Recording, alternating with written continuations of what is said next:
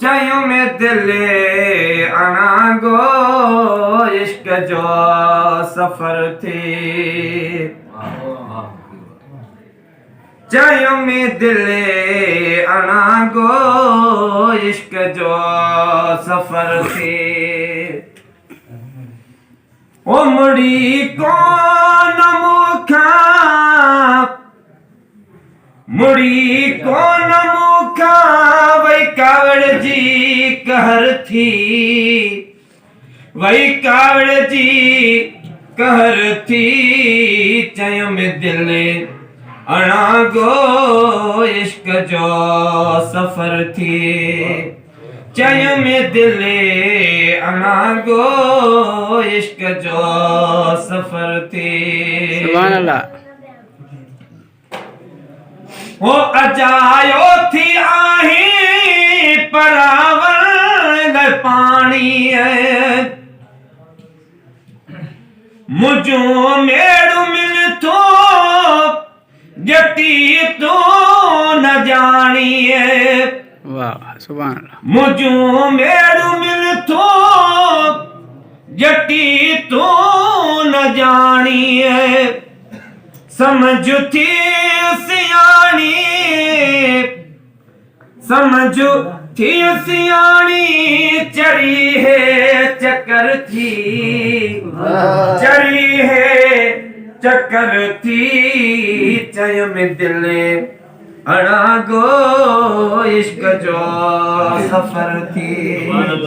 चयूं में दिले अणा गो इश्क जो सफर थी। सुभान अल्लाह। ओ दिनो दिल वराणो तंग कीन कर तू। ओ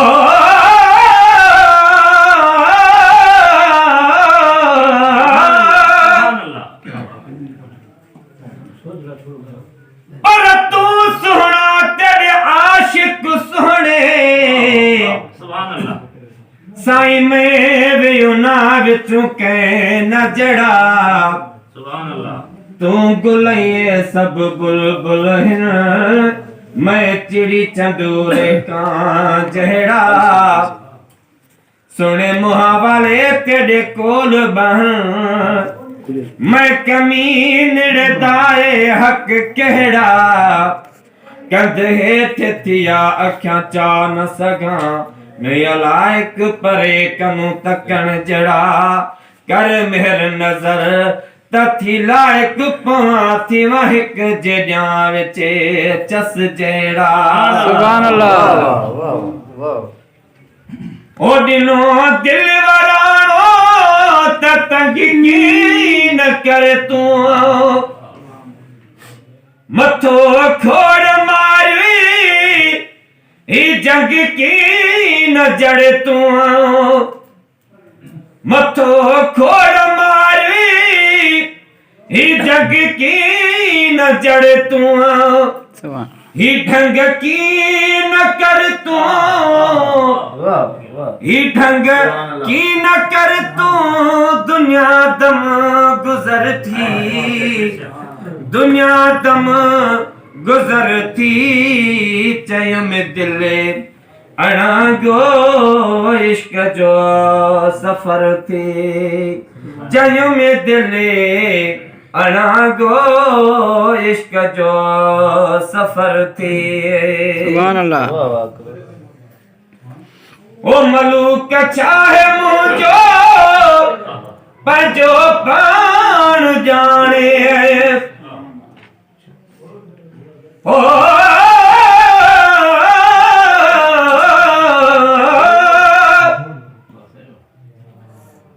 पर जेकर जुती थियां मत पंहिंजे मुहब मुझी बजे। त पेरन में पिरीअ जे पई रोज़ पवां विख विख ते वाह जा चुमियो कदम चुमा धानी की थिया तालिब मोला तन सां सुभान अल्लाह ओ मलूक चाहे मुंहिंजो पंहिंजो पाण ॼाणे चढ़ी चोट ते आप ही हटंदी न हाणे चढ़ी चोट ते आप ही हटंदी न हाणे अब्बासीअ खे आणे अब्बासीअ खे आणे कयो दर बदर थी कयो दर बदर थी चयो में दिल अणांगो इश्क जो सफ़र थी चयो में दिल अणांगो इश्क जो सफ़र थी मुड़ी कोन मूंखा वई कावड़ जी कहर थी वई कावड़ जी कहर थी चयो में दिल अणांगो इश्क जो सफ़र थी सुभान अल्लाह चयो में दिल अणांगो इश्क जो सफ़र थी